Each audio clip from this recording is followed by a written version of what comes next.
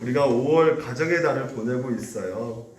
어저께가 어버이날이었는데 우연치 않게 어버이날 베스트 문구가 무엇인가 인터넷에 한번 찾아봤어요. 근데 이 21개가 나와 있는데 그 중에서 보니까 이 문구가 제일 많이 보낸다고 하네요. 엄마 아빠 아들이라 너무 행복하고 감사해요. 항상 건강하세요. 그리고 두 번째, 저희 곁에 오래오래 함께 있어 주세요. 엄마, 아빠 너무 사랑해요. 세 번째는 카네이션을 훔치지 않고 마음이라는 뇌물을 듬뿍 담아 드립니다. 좀 웃기죠? 그리고 세 번째, 네 번째, 다섯 번째인데 세상에서 유일한 평생 내 편 엄마 너무 사랑해요. 될 거 없는 영원한 나의 편 엄마 고맙고 사랑해요. 아빠도 같은 편인데 왜 그런지 모르겠어요. 엄마만 이렇게 고맙고 사랑하다 이렇게 말하는 것 같은데, 근데 다섯 번째 이게 보니까 좀 제 마음에 오더라고요. 이 다섯 번째 문구가 평생 주시기만 한 대가 없는 헌신적인 사랑 이젠 제가 보답드리고 싶어요. 이 문구가 제일 제 마음에 와닿습니다. 오늘 우리가 5월의 가정달을 보내고 있지만 이 가정이 어떻게 하면 가장 화목하고 어떻게 하면 가장 행복해질 수 있을까라는 생각을 해보게 되는데요. 우리가 이 평생 주시기만 대가 없는 헌신적 사랑, 바로 우리 하나님의 사랑 아니겠습니까? 그래서 우리가 이 하나님의 사랑이 오늘 우리 가정에 공급되어졌을 때 그 충만함으로 또한 우리 교회를 또한 우리가 충만케 할 수 있고요. 또한 교회가 충만해지면 그 사랑을 가득 차면 그 사랑이 흘러넘쳐서 또한 이 나라, 이 이웃에게 흘러갈 수 있다는 생각을 해보게 된 것이죠. 그래서 무엇보다 우리에게서 가장 중요한 것이 바로 이 하나님의 사랑을 우리가 누려야겠다는 생각을 해보게 됩니다. 왜냐하면 우리가 5월달 되면 여러 가지 여러분 지금까지 설교 충분히 들었을 거예요. 뭐 부모님 사랑해야겠구나, 부모님 공경해야 되겠구나, 부부들끼리 서로 더욱더 사랑해야겠구나, 우리 자녀들 더욱더 엄마 아빠한테 순종해야겠구나, 이런 설교들 그리고 이런 명령들을 우리가 늘상 들어왔던 것이죠. 하지만 이것으로 우리가 들었다고 해서 우리의 삶이 바뀌어지는 것이 아니라 무엇보다 우리에게서 근원적인 것이 무엇인가를 생각해 보자는 것이죠. 바로 하나님의 사랑이 오늘 그 밑바닥에, 그리고 그것이 최소한 근원적으로 되어 있어야지만이 우리가 자발적으로 그리고 기쁜 마음으로 우리가 서로 부모님을 공경하고 또한 부부를 서로 사랑하고 또한 자녀들을 순종할 수 있게 된다는 것이죠. 그래서 오늘 이 둘째 아들 비유거든요. 그러니까 둘째 아들이 잃어버린 바 된 아들인데 이 잃어버린 아들, 둘째 아들만 잃어버린 것이 아니라 사실은 첫째 아들도 잃어버렸거든요. 그래서 이 첫째, 둘째 아들, 이 15장에서 나와 있는 그 내용이 누가복음 15장 나온 얘기가 찾으시는 하나님이 주제예요.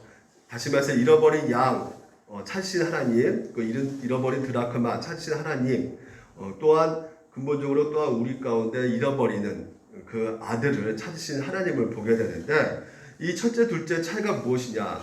첫째는 쉽게 말해서 하나님의 명을 잘 지켰던 사람이었던 것이죠. 오늘날 우리가 성경을 통해서 보게 되면 그 바리새인 같은 사람인 것을 우리가 보게 돼요. 자기 스스로가 하나님의 명을 거역한 적이 없는 사람이다라고 말했던 이 바리새인이 첫째 아들이 되는 것이고요.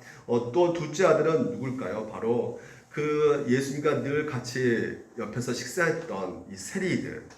그래서 세리들은 많은 사람들에 의해서 죄인이라고 취급받았거든요. 근데 이 두 종류의 인물들이 똑같이 하나님 보시기에는 잃어버린 아들이었던 것이죠. 그래서 이 잃어버린 아들, 각자 자기 나름대로 자기 생각이 옳다고 달려가는 그 길 가운데 행복을 추구하면서 또 나름대로 어떤 가치를 추구하면서 달려갔던 두 아들이었는데요. 근데 결코 그들의 삶 속에서 과연 행복을 찾을 수 있었던 것인가, 그리고 그 길이 정말 바른 길이었을까라는 생각을 해볼 때 우리는 결코 그리지 못했다는 것을 오늘 누가복음 25장을 통해서 말씀해 주고 있단 말이죠. 그래서 오늘도 우리가 이 잃어버린 아들 비유를 통해서 우리가 정말 진정으로 추구해야 될 것이 무엇인가, 우리가 붙들어야 될 그 가정의 행복이 무엇인가를 오늘 이 비유를 통해서 한번 살펴보기를 원합니다. 그래서 우리가 세 가지를 좀 이렇게 먼저 묵상할 필요가 있는데요. 먼저 미리 알려드릴게요. 첫 번째는 죄의 본질이 무엇인지를 우리가 파악을 해야 된다는 것이죠. 가정이 행복해지기 위해서는 모든 그 문제 원인이 어디서부터 시작되는가를 우리가 파악을 해야 된다는 것입니다.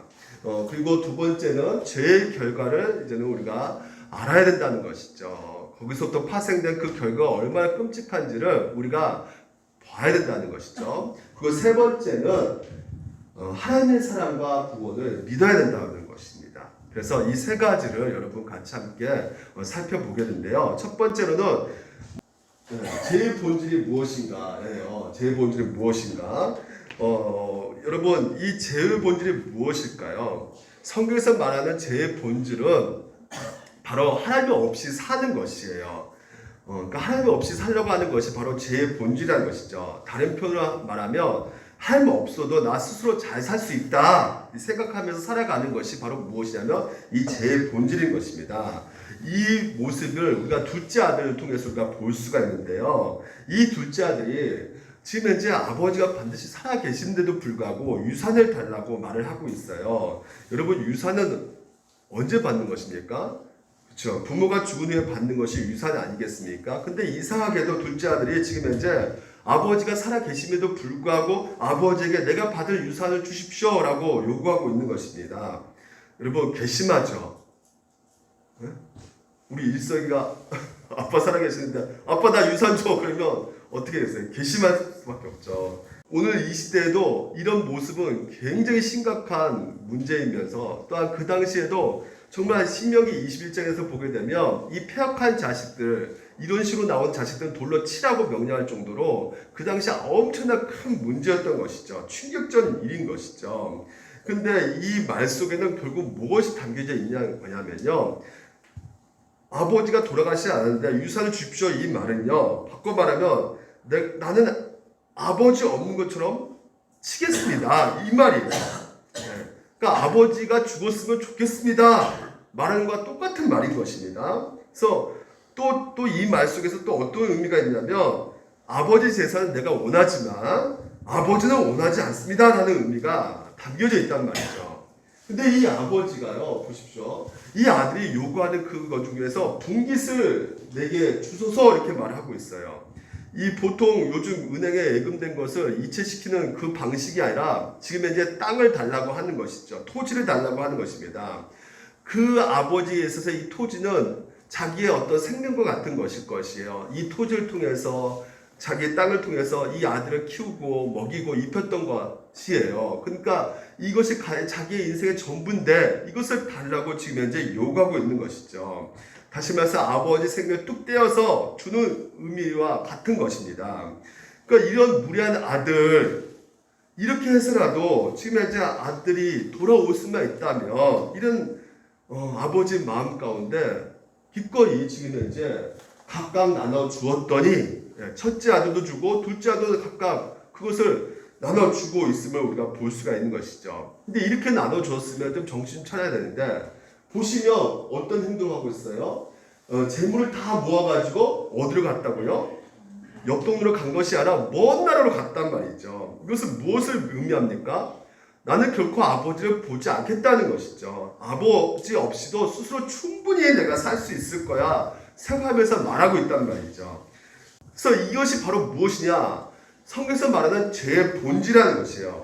보통 우리가 죄라 그러면 나쁜 행동, 나쁜 생각, 우리가 나쁜 말 이렇게 생각하고 있지만 이것은 어떤 죄의 형태의 모습이고요. 죄의 본질은 아닌 것입니다. 죄의 본질은 하나님 없었으면 좋겠습니다 라는 것이에요. 하나님을 부정하고 하나님 없는 것 같이 살아가고 그 자리에 자기 자신을 두어가지고 마치 내가 하나님처럼, 내가 주인처럼, 내가 세상의 중심인 것처럼 살아가는 것이죠.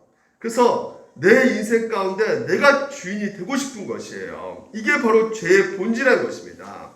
그러니까 죄의 본질의 첫 번째 모습을 잘 보여주는 인물이 아담과 하와 아니겠습니까? 여러분, 첫 번째 아담이 죄를 지은 것이 무엇이에요? 선악과를 따먹은 거죠. 열매 하나 따먹은 것이에요.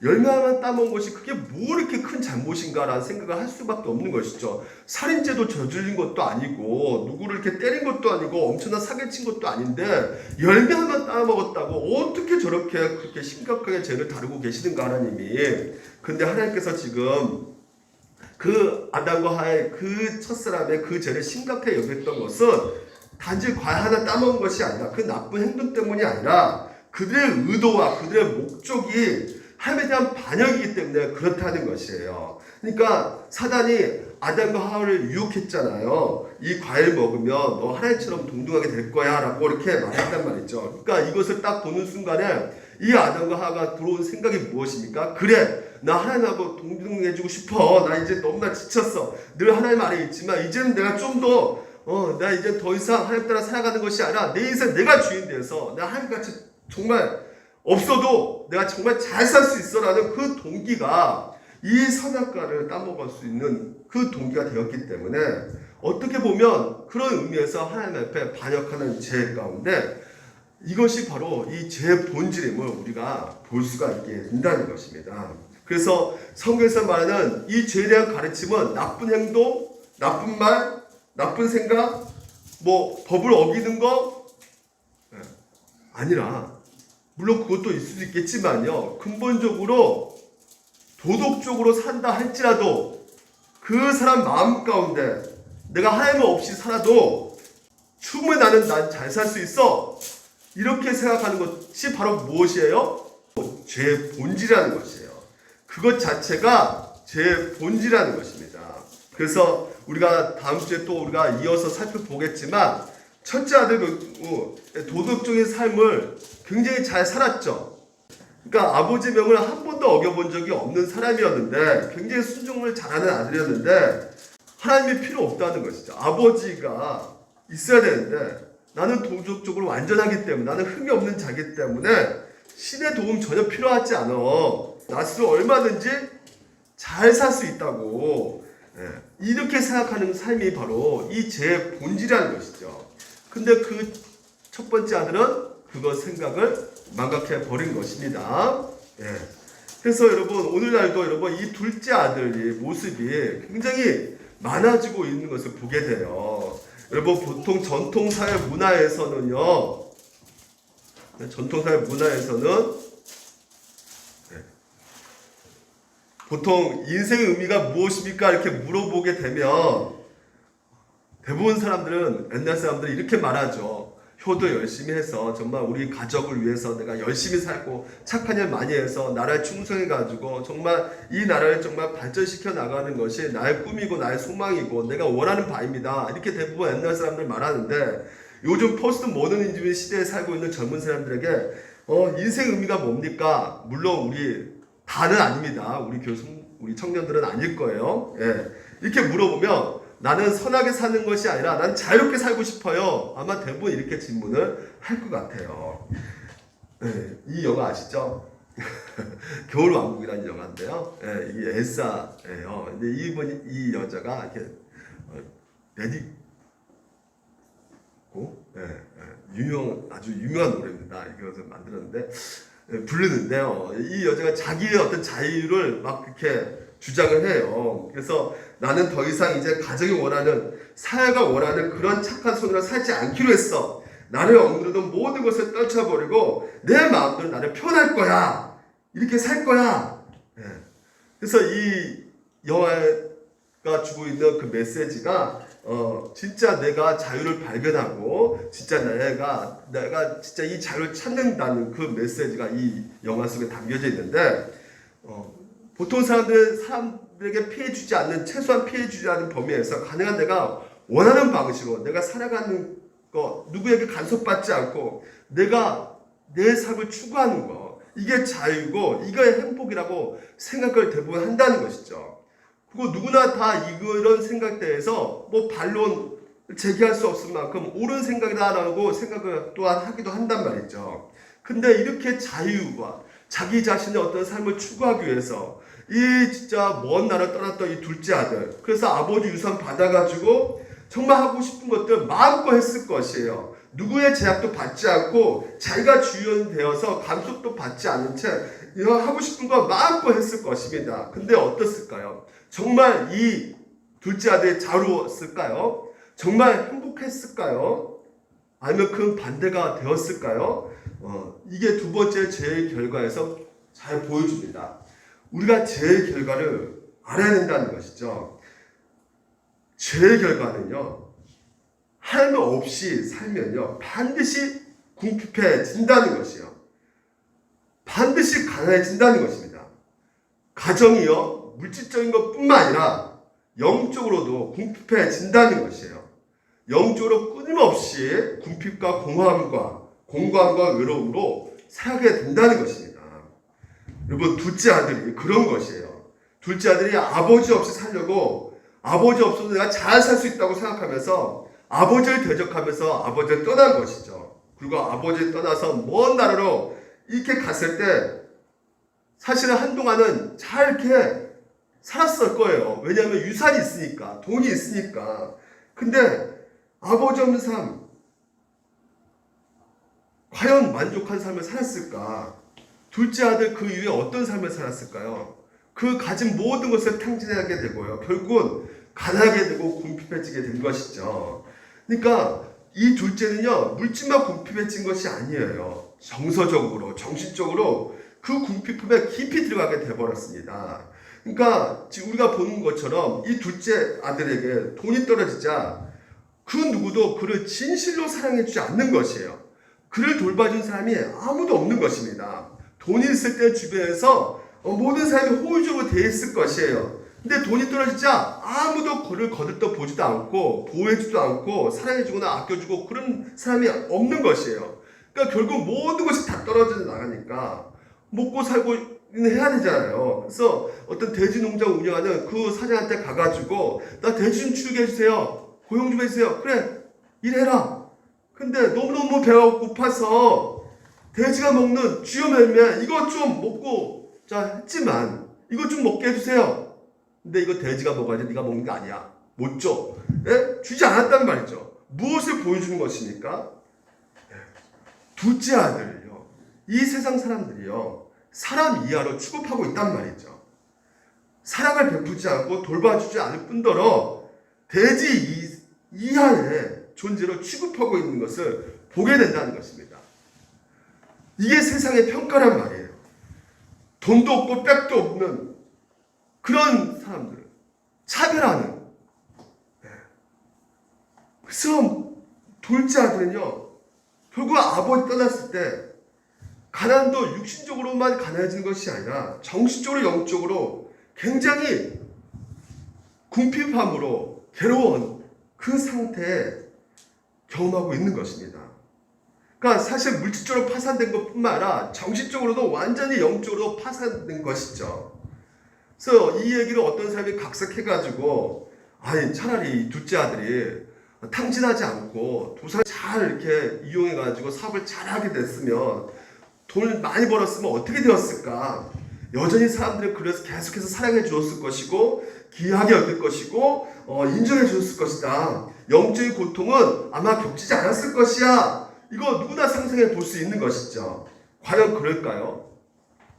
둘째 아들이 성공했다면 모든 사람에게 사랑받고 인정받게 되고 그리고 영적으로 궁핍하지 않을 수 있었을까? 과연 그럴까요? 여러분 제가 며칠 전인가 그 토크쇼를 한번 봤는데요. 그 게스트로 나온 사람이 누구냐면 아이돌 스타였습니다. 아이돌 스타. 근데 그 아이돌 스타 이야기 들어보니까 이 아이돌은 일반적인 아이돌이 아닌 거예요. 굉장히 최상위권. 그러니까 전 세계적으로 알아주는 아이돌이었습니다. 얼마나 대단하냐면 이 아이돌 차트도 있대요. 아이돌 차트에 무려 152주째 1위를 고수한 아이돌이에요. 내 소리 누군지 알지? 누가 좋아하는 그러니까 인스타 최고 조회수를 기록한 아이돌 스타입니다. 기네스북에 올라있대요. 단 시간에 최고의 조회수. 그전에는 교황이었대요. 교황이 100만 돌파를 했었는데 단 시간에 이 기록을 깬 거예요. 이 아이돌이. 근데 그 영상 하나 보니까 이 아이돌 생일날 전 세계 팬들이 돈을 모아가지고요. 그 상하이의 초대형 그 드롭 쇼를 이렇게 벌치면서 그 초대형 빌딩 그 전광판에다가 누구누구 생일을 축하하면서 이렇게 그렇게 축하해줄 정도로 엄청난 사람인 것이죠. 제가 이름을 밝히지 않겠습니다. 근데 이 사람은요, 정말 아마도 이 세상 가장 많은 사람에게 사랑과 인정받는 사람 중에 한 사람일 것 같아요. 세상에 가장 인기 있는 사람 중에 한 인물인 것입니다. 그러니까 그의 삶이 결코 그 누구보다도 부럽지 않는, 누구나 한 번쯤은 꿈꾸고 싶은 그런 삶을 살고 있는 이 아이돌인데요.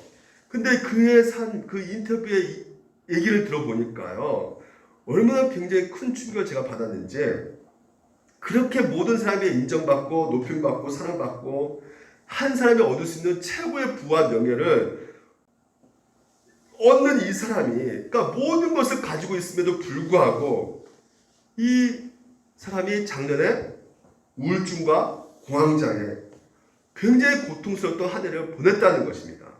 그의 말에 의하면 삶의 의욕이 전혀 생기지 않았다는 것이에요.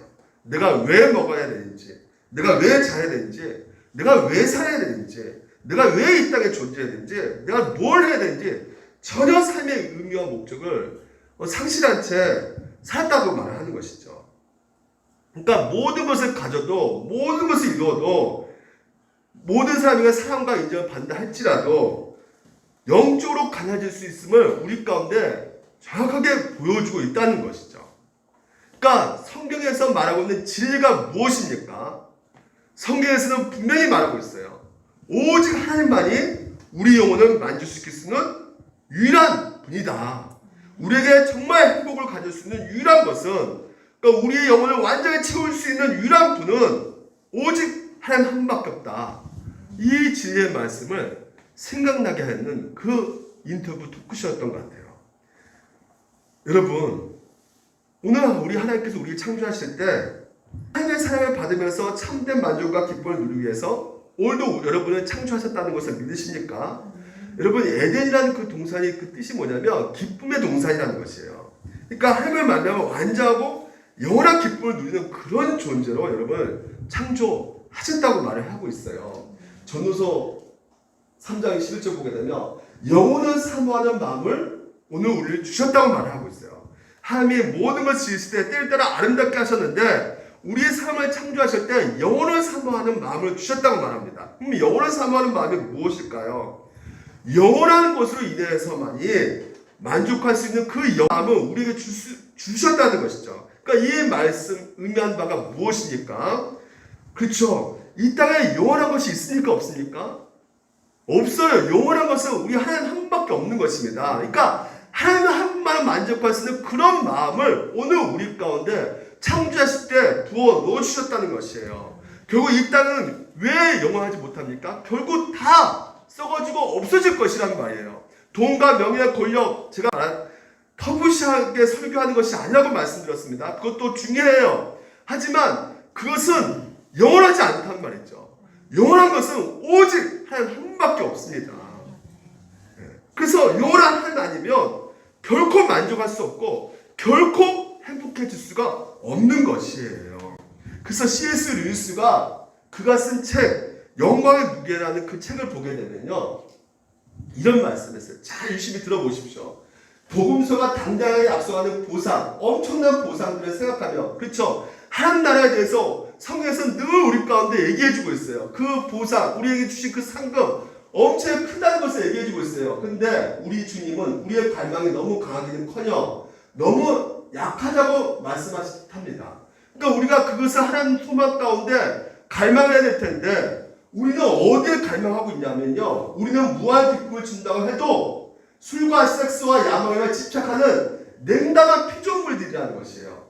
그러니까 마치 어떤 상태가 똑같냐면 바닷가에서 휴를 보내자고 말해도 그게 무슨 뜻인지 도무지 상상하고 싶지도 않고 상상하지도 못하면서 그저 빈민가 한 구석에 진흙판이나 만들며 놀고 싶어하는 철없는 아이와 똑같다는 것이죠. 우리는 거기에 진흙 파서 만드는 그 파이로 너무나 만족하고 있다는 것이죠. 이스가 이렇게 말합니다. 우리가 천국에 살도록 만드는 존재라면 우리 안에는 이미 천국에 대한 갈망이 잘 잡고 있단 말이에요. 여러분 마음 가운데 하나님께서 영혼을 사모하는 그 마음을 이미 여러분 가운데 주시면서 창조하셨기 때문에 여러분은 궁극적으로 내세에 대해서 생각을 안 한 사람이 한 명도 없단 말이죠. 누구나 다 죽음의 이유에 대해서 생각은 다 하고 있단 말이죠. 언젠가는 반드시 하게 돼 있단 말이에요. 그러나 우리는 아직 천국이 아니라 다른 대상으로, 때로는 정반대 대상으로 그 갈망을 채우려고 하고 있다는 것이죠. 이것이 바로 우리가 처한 상이라는 것입니다. 우리가 만약 영원하고 무한한 행복을 누릴 운명이라면 우리가 바라는 다른 어떤 행복도 가짜이며 기껏해야 참으로 우리를 만족시켜줄 행복을 상징하는 수준 정도라는 것, 아까 지는 파이 정도라는 것이죠. 이 오점이 무엇이냐면 이 세상 가장 좋은 것이 할지라도 우리를 진정으로 만족시킬 수가 없다는 것이에요. 이 세상에 경험한 가장 좋은 것도 어떤 면에서는 천국의 그 영원함을 비하면 그 무한한 기쁨과 무한한 만족에 정말 흐릿한 그림자일 뿐일 정도라는 것이죠. 그래서 제가 목회에 대해서 생각을 해봤어요. 여러분, 이 목회라는 것도 정말 얼마나 영광스러운 직무겠습니까? 예. 근데 아무리 좋은 목회를 할지라도요, 제가 이 목회에서 진정한 만족을 얻으려고 하는 것이 삶 성도수 많아지는 거, 교회가 성장하거나 아니면 성도들의 내 설교를 정말 재밌게 잘 들어주고 그걸로 인해서 기뻐하고 이곳으로 내 만족을 얻으려고 한다면 정말 이게 내가 결국 이것으로 내 것의 최고봉으로 삼고 살아간다면 내가 불행해질 수 있구나 하는 생각을 해보게 된다는 것이죠. 왜 그럴까요? 네. 이 세상은 아무리 좋은 곳일지라도 심지어 목회조차도 사역조차도 하나님이 우리에게 주시는 만족에 비해서는 아까 말한 것처럼 진흙파이 만들 것 같은 일이라는 것이죠. 하나님만이 오늘 우리 영혼을 진정으로 채워줄 수 있고 하나님만이 우리 진정으로 만족시킬 수가 있기 때문에 하나님만이 오늘도 우리 가운데 진정으로 행복을 줄 수 있는 분이시기 때문에 오늘 여러분 이것을 기억하셔야지만이 그 목마르지 않는 영원히 목마르지 않는 샘물 예수 그리스도 우리가 그분 앞에 담대하게 나아갈 수 있게 되는 것이죠. 물론 우리가 하나님을 믿는다 할지라도 이 세상 살 동안에 완전한 완벽한 기쁨과 행복을 다 얻을 수가 없어요. 왜 그렇다고요?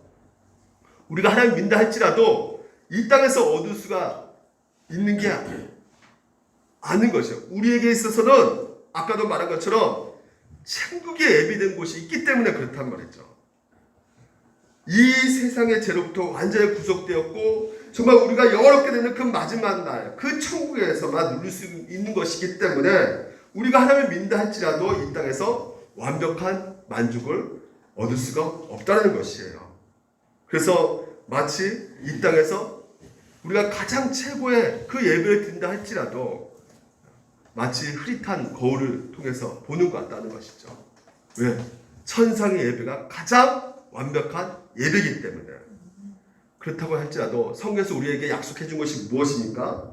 우리가 이 땅에서 하나님을 믿고 살고 우리의 삶 속에 하나님이 중심이 되었을 때, 우리가 지속적으로 하나님 앞에 거했을 때 우리는 이 세상에 줄 수 없는 세상을 초월한 차원에서 하나님께서 기쁨과 만족을 우리 가운데 누릴 수 있도록 주신다는 그 약속 여러분 믿으시기 바랍니다. 만약에 여러분 그렇지 않다면요, 오늘도 우리가 살아가는 그 모든 삶이 종된 삶으로 살아갈 수밖에 없게 되는 것이에요. 보십시오. 진정한 자유를 누릴 거라고 생각했던 이 둘째 아들 얼마 가지 않아서 재산을 다 탕진하고 어떤 삶이 된 것이에요? 그 신분이 아들임에도 불구하고 종된 신분으로 되어버린 것을 우리가 보잖아요. 그러니까 아버지 떠났다고 해서 내가 어떤 그 자유가 있을 거라는 생각들이 아버지를 떠난 순간에 그것이 자유가 잃어버리게 된다는 것이죠. 오늘 여러분 내가 하나님 말씀대로 살면 자꾸 내 인생 간섭하게 되고 귀찮고 내가 이거 하면 진짜 재미가 없고 오히려 내 삶에 유익이 없다고 생각 들어가지고 흥미를 못 느끼고 불행하다는 생각이 우리가 들잖아요. 그렇지 않습니까? 하나님 말씀을 순종하게 살면 왠지 모르게 손해보는 것 같고 그런데 여러분, 성인 남성에게 그가 먹고 싶은 기름진 닭고기 하여튼 이런 고기들 계속 먹고 싶은 충동 따라서 계속 먹으라고 욕구 제약 없이 그냥 계속 자유롭게 먹게 되면 어떻게 될까요, 여러분? 그것을 매일 실천하면서 그것을 먹게 되면 어떻게 될까요? 계속해서 먹고 싶은 고기 계속 먹게 되면 이것이 내가 진짜 누리고 있는 자유다라고 말할 수 있을까요? 아니면 나중에 기본적인 음식도 제대로 못 먹게 되는 완전히 자유를 박탈하는 그 삶이 됐을까요? 여러분, 두 사람이 만나 결혼했는데 어떤 배우자를 원합니까? 보통 우리는 그래 내가 있는 그대로 받아주는 배우자, 내 모습 그대로 받아주는, 그러니까 내가 마음대로 하고 싶고 내 자유를 진짜 정말 간섭하지 말고 제약하지 말고 그냥 내가 때로는 다른 사람 만날 수도 있고 이 남자 이 여자 만날 수 있는 그 자유, 여러분 이게 자유입니까? 오히려 더 가정에 파괴되지 않을까요? 정말 내가 마음대로 할 수 있는 그 자유를 가진 나는 그런 존재야. 이런 사람들 그 말 속에 정말 그 사람의 자유함을 볼 수 있을까요? 아니면 그 욕망 가운데 그 욕망에 끌려다니는 종의 모습이 발견되어지지 않을까요, 여러분? 오늘 여러분 그렇습니다. 자유를 더 얻는 게 아니라 오히려 있는 자유마저 뺏겨가지고 내 야망과 내 탐식 가운데 오히려 더 하나님 주신 그 아들의 신분이 아닌 완전히 종의 신분으로 살아가게 된단 말이죠. 그래서 이 둘째 아들은 자기 마음대로 사는 삶 속에서 진짜 자유가 없다는 것을 비로소 깨닫게 된 것이에요. 그래서 마지막 세 번째, 오늘 우리가 행복한 가정을 만들기 위해서 오늘 우리의 근원적인 우리 마음 가운데 원동력이 그 동기가 근원이 무엇이어야 될 것인가? 바로 하나님의 사랑과 구원을 믿어야 된다는 것이에요. 오늘 이 아들은 전 재산 다 날리고 주여면 먹을 또 없을 조차도 이 형편이 되자 비로소 정신을 차리게 된 것이죠. 17절 말씀 보니까 이에 스스로 돌이켜 이르되 내 아버지에게 양식 풍족한 부분이 얼마나 많은가 나는 여기서 두려워 죽는구나. 이 아들 고백이 무엇입니까? 내용의 의미가 뭘까요? 전 재산을 탕지하고 돼지가 먹는 쥐와 얼마도 먹을 수 없는 처지가 되자 제가 물질적인 것뿐만 아니라 영적으로 굶평하게 되자 그때 제정신이 돌아와가지고요 깨닫는 것이 무엇이냐, 자신이 아버지와 함께 없으면 온전히 살아갈 수 없음을 드디어 깨닫게 되었다는 것이에요. 아버지를 대적한 이 자식은요 그 어떠한 진정한 기쁨, 만족 누릴 수 없다는 것을 그때서야 제정신이 돌아오면서 깨닫게 된 것이죠. 그리고 더 나아가가지고 그가 깨닫는 바는 자신이 진정으로 얻고자 했을 때 아버지를 떠나면서 먼 나라 가면서 자신이 꿈꿨던 그 모든 것들, 이루고자 했던 것들, 그것은 때로 부자가 되는 것도 있을 수 있고요, 사람들에게 사랑과 인정받을 수 있는 것도 되고 유명해진 것도 되고 어떤 권력을 가진 것도 될 수도 있고요. 무엇이 간에 여러분 그 모든 것들이 결국은 아버지 안에 있음을 아버지와 함께 있을 때 누릴 수 있다는 것을 깨닫다는 것이죠. 여러분 그렇습니다.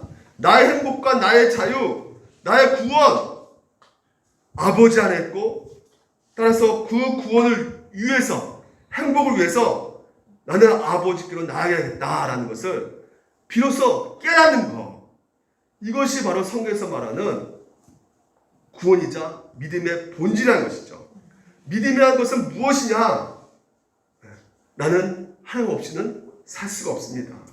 나는 하나님 없이는 온전히 갈 수가 없고 더 나아가서 내가 바라고 원하는 것들, 내가 사랑 혹은 인정, 여러 가지 내 안에 있는 어떤 정체성, 가치를 발견하든지 여러 가지 어떤 것 간에 내가 하나님 안에서 내가 원하는 참된 행복과 평안과 자유함과 기쁨과 만족을 얻을 수가 있습니다 라고 고백하면서 하나님을 전적으로 의지하는 것이 바로 신앙의 본질이라고 할 수 있는 것입니다.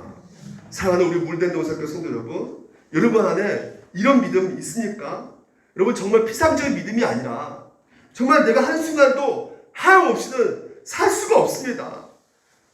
내가 이 땅에서 그토록 이루고자 하는 거, 이 모든 것들이 결국은 다 하나님 안에 있기 때문에 나는 하나님 안에 있어야 됩니다.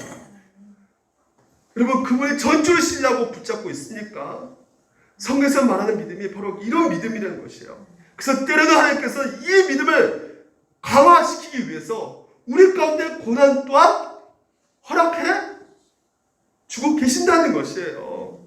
이 둘째 아들 자기 보기에는 자기 죄 때문에 이런 고난이 있다고 생각해가지고 나는 진짜 힘들어 죽겠네 이렇게 생각할 수 있겠지만 하나님 입장에서 보게 되면 멀리 넓은 하나님의 안경으로 보게 된다면 하나님께서는 더 뜨겁게 그 관계를 만들기 위해서 그 아버지와 그 아들의 관계를 더 뜨겁게 해주기 위한 그 과정의 뿌리다라는 것이죠. 제가 방이 나왔잖아요. 그렇죠? 네. 방이 나왔는데 방이가 군대예요. 군대 방이 나왔어요. 근데 방이 나왔는데 이 보통 방이 나온 사람 군대 얘기를 안 한다지만 저는 군대 할 얘기가 너무나 많아요. 왜냐하면 너무나 많이 고생을 했기 때문에 저는 그 신병훈련 때 세상에 가스실에 들어갔어요. 가스실에. 저 가스실에 들어갔는데 이 가스실에 들어가니까 가스실 들어갔죠. 온 구멍에 물이 다 나오는 거예요. 진짜 이게 주역이구나. 숨을 쉴 수 없고 너무 이 가슴이 괴롭고 그러니까 제 옆에 같이 그 훈련 받았던 한 분이 전도사인데 내가 가스실에 딱 들어가니까 그 자리에서 한 몇 분 있다가 바로 여기 그냥 확 튀어나오더라고요. 이런 나 살려 막 하면서 XX야 막 빼줘 막 하면서 막 여기 나오고 막 진짜 아수라는 현장이에요 완전히. 근데 그 가스실 들어가가지고 눈물 콧물 다 흘리면서 그 고통 가운데 나오자마자 또 해결대패를 아시죠? 해결대패. 방위가 이런 훈련을 받았단 말이죠. 방위가 상상이 갑니까? 가장 그 무서운 그 떨어진 거리 5m 정도 됐나요? 예. 그거 떨어지는데 여기 그 교관이 물어보는 거예요. 떨어지기 직전에 가장 생각나는 사람 누굽니까? 진짜 저절로 누구 생각나냐면 부모님 생각나더라고요. 예. 부모님 엄마 아빠 생각나더라고요. 내가 왜 이렇게 말을 안 들었을까? 왜 이렇게 속상하게 했을까 엄마 아빠를? 그때부터 무슨 생각? 그때까지 집에 간 생각 전혀 안 했는데 여기서부터 내가 집에 가고 싶다는 생각이 들더라고요. 빨리 집에 가고 싶다. 부모님 같이 함께 있었던 게 가장 행복했다 내가 보니까. 여러분 내가 정말 찾으려고 하는 그 자유, 행복 하나님 아버지께 돌아와야지만 비로소 찾을 수 있는 것입니다. 내가 떠나야 돼. 우리가 떠날 것은 아버지가 아니에요. 우리가 떠날 것은 아버지를 떠나려고 하는 그런 마음에서 떠나야 되는 것입니다. 우리를 속박한 것은 하나님 아버지가 아니에요. 우리를 속박한 것은 하나님을 거부하는 우리의 제된 본성이라는 것이죠. 이 세상은 가스실보다 정말 더 독한 곳이 바로 이 세상이에요. 이 세상 여러분 욕망을 더 부추깁니다. 더 높이, 더. 하지만 올라가면 올라갈수록 더 불안하고 더 우리가 두려울 수밖에 없는 것이 이 해결의 이 세상이란 말이죠. 그러니까 이 둘째 아들이 이것을 느꼈던 것이에요. 그래서 아버지는 그 모든 것이 있음을 깨닫고 집으로 돌아가는 이 아들은 이 아버지가 어떻게 대하십니까? 어떻게 대하실까요? 이미 아들이 떠나기 전부터 이 아버지는 이 아들을 기다리고 있었던 것이죠.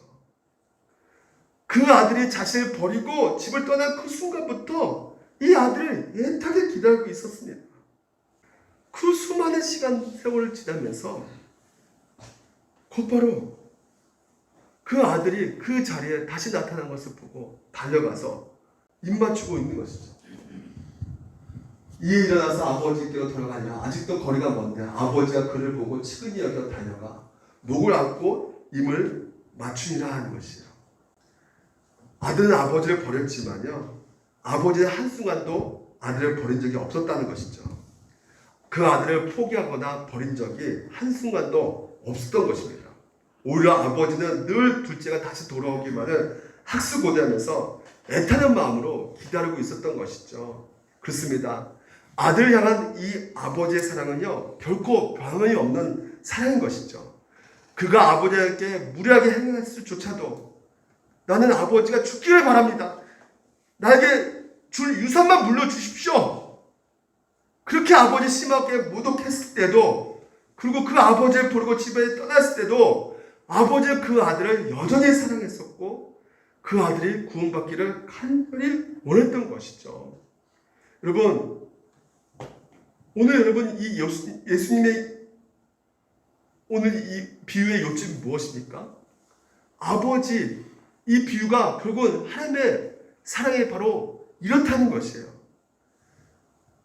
성경에서 말하는 하나님의 사랑은요, 창세 전부터 시작됐다고 그래요.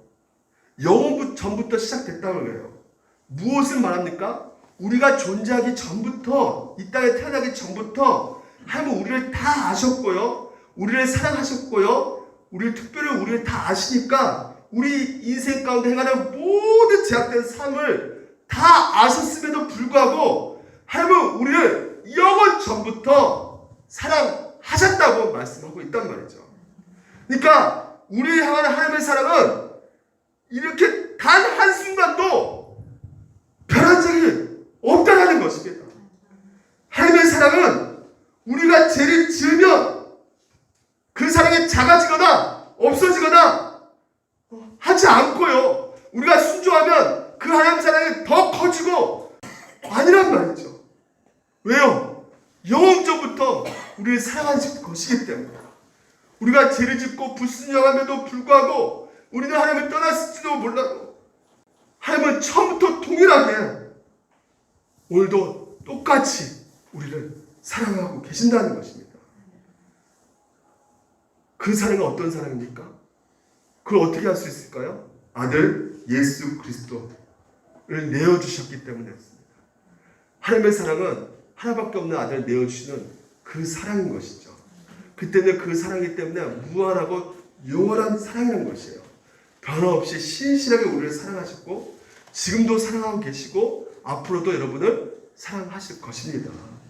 하나님께서는요, 우리 모습과 전혀 상관없이, 우리의 죄악과 상관없이 늘 변함없이 우리를 신실하게 사랑해 주셨고 늘 우리를 다시 받아주시는 그 마음, 그 아버지의 마음이 오늘 여러분 하나님 마음이라는 것을 우리가 알게 되면, 여러분 그것을 진짜 우리가 알게 되면, 여러분 이것이 진짜 여러분 신앙생활 가운데 힘들어지고 넘어지고 쓰러질 때 이게 위로가 되지 않겠습니까?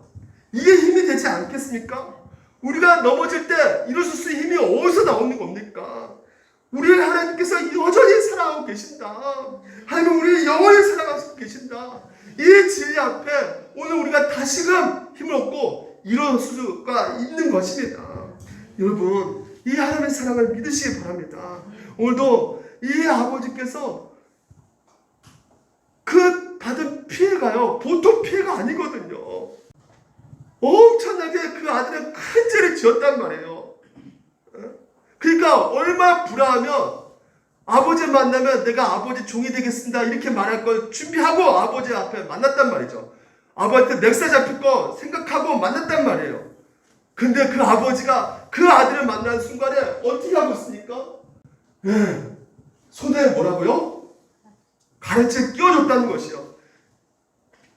반지 이쁘다 이거 한번 비싼 거 장신용으로 끼워준 것이 아니라 고대사에서 반지 끼워준다는 것은 너는 내 상속자야 하는 뜻이에요. 다시 말해서 그 아들이 자기한테 엄청난 피해를 줬음에도 불구하고 동네 사람들한테 야 이 바보야, 어떻게 너가 죽지 않는데 그 유산을 다 나눠줘. 율법을 그 인간 죽여야 돼. 그 아들 죽여야 돼. 모욕당하고 진짜 조롱당하는 그 아버지 얼마나 슬픔과 괴로움 가운데 있겠습니까? 근데 그 아들을 다시금 상속자로 자기 아들로 받아주셨다는 것이에요. 둘째 아들에게 아무런 요구를 하지 않는 거예요. 죄값을 치르게 하지 않았던 것이죠.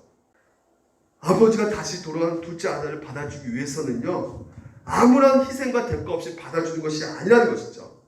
이미 둘째 아들은 아버지에게 피해 입힌 것이 어마어마하고 엄청난 피해를 주었습니다. 단지 물질적 피해만 아니라 정신적 큰 고통도 그 아버지에게 안겨주었단 말이에요.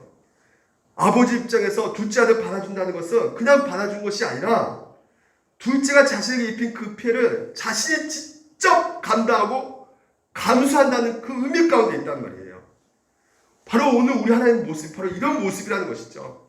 하나님도 오늘 우리를 이처럼 대해주시고 받아주신다는 것이에요. 우리가 죄를 회개하고 돌아갈 때 하나님께서 우리에게 죄를 묻지 않으십니다. 우리의 잘잘못을 따지지 않으세요. 너가 나한테 어떤 보석 행위를 하면 내가 받아줄 거야, 이렇게 말을 하지 않으신다는 것이죠. 오늘도 하나님께서는 우리의 있는 그대로 받아주시고 아들로 받아주시고 상속자로 높여주고 계신다는 것이죠. 그래서 우리가 기억해야 될 것은 무엇입니까? 하나님께 우리가 나아갈 때 하나님 우리에게 어떤 요구도 하지 않는다고 해서, 여러분, 어떤 피해 보상도 요구하지 않는다고 해서, 죗값을 요구하지 않는다고 해서 하나님께 희생과 대가를 치지 않는다는 것은 아니라는 것입니다. 하나님은 우리를 용서하시고 받아준다고 해서 자동적으로 우리 죄가 허구로 날아가고 우리가 하나님께 입힌 피해가 허구에 사라진 것이 아니라는 것이에요. 그분이 우리를 받아줄 때 분명한 대가를 치르시고 희생을 치르시면서 우리를 받아주셨다는 것입니다. 여러분, 일반 달란트 빚진 자 아시죠? 그 왕이 종의 일반 달란트는 그 당시 돈으로, 오늘날 돈으로 2조 3조예요. 개인이 도무지 갚을 수 없는 재산입니다. 그것을 다 탕감해 준 거예요. 2조 3조라면요, 그 나라의 예산입니다. 그 나라 예산을 탕감해 줬단 말이에요. 그 왕은 어떤 지경이 될까요? 나라가 돈 없어가지고 무너질 수도 있단 말이에요. 그 왕에서 내려올 수도 있단 말이죠. 엄청난 피해를 입히게 된단 말이죠. 그럼에도 불구하고 그 일반 달란트, 그 종 다시 복귀시켜버린 거예요. 탕감해주고. 오늘 마찬가지입니다. 하나님께서 우리를 용서해 주실 때 똑같이 우리를 구원해주기 위해서 그냥 빛이 있으라, 그러면 빛이 있고 죄 없어라, 그러면 죄 없어지는 것이 아니란 말이에요. 여러분, 우리의 죄를 없어주기 위해서, 용서하기 위해서 그 죄값을 치르셔야 된다는 것이죠. 그 희생을 자신이 직접 치르셨단 말이죠. 그 희생의 대가가 무엇이라고요? 바로 예수 그리스도. 그분의 독생자 예수 그리스도를 우리의 대속 제물로 십자가에 달려 죽이셨단 말이죠. 그렇기 때문에 오늘 하나님께서 자기 자신밖에, 하나밖에 없는 아들 대신 갚아주셨기 때문에 오늘 우리가 그분의 자녀가 되고 그분의 상속자가 된 것입니다. 그래서 사랑하는 우리 물된 농사교회 여러분, 그 모든 것들이 하나님 안에 있음을 믿으시기 바랍니다. 이 땅에서 사랑이 가급하죠. 그렇죠? 하나님 안에 완전한 사랑이 있음을 믿으시기 바랍니다. 우리를 있는 그대로 조건 없이 무조건 받아주신 그 사랑, 하나님의 완전한 사랑 있는 것입니다. 여러분, 변함없는 사랑 원하시죠? 영원전부터 신실하게 영원까지 사랑하는 그 사랑 어디 있다고요? 하나님 안에 있단 말이에요. 더 나아가 지금 불완전하지만 결국 영광스러운 그리스도의 모습을 닮아가는 그 사랑, 하나님 안에 있는 것입니다.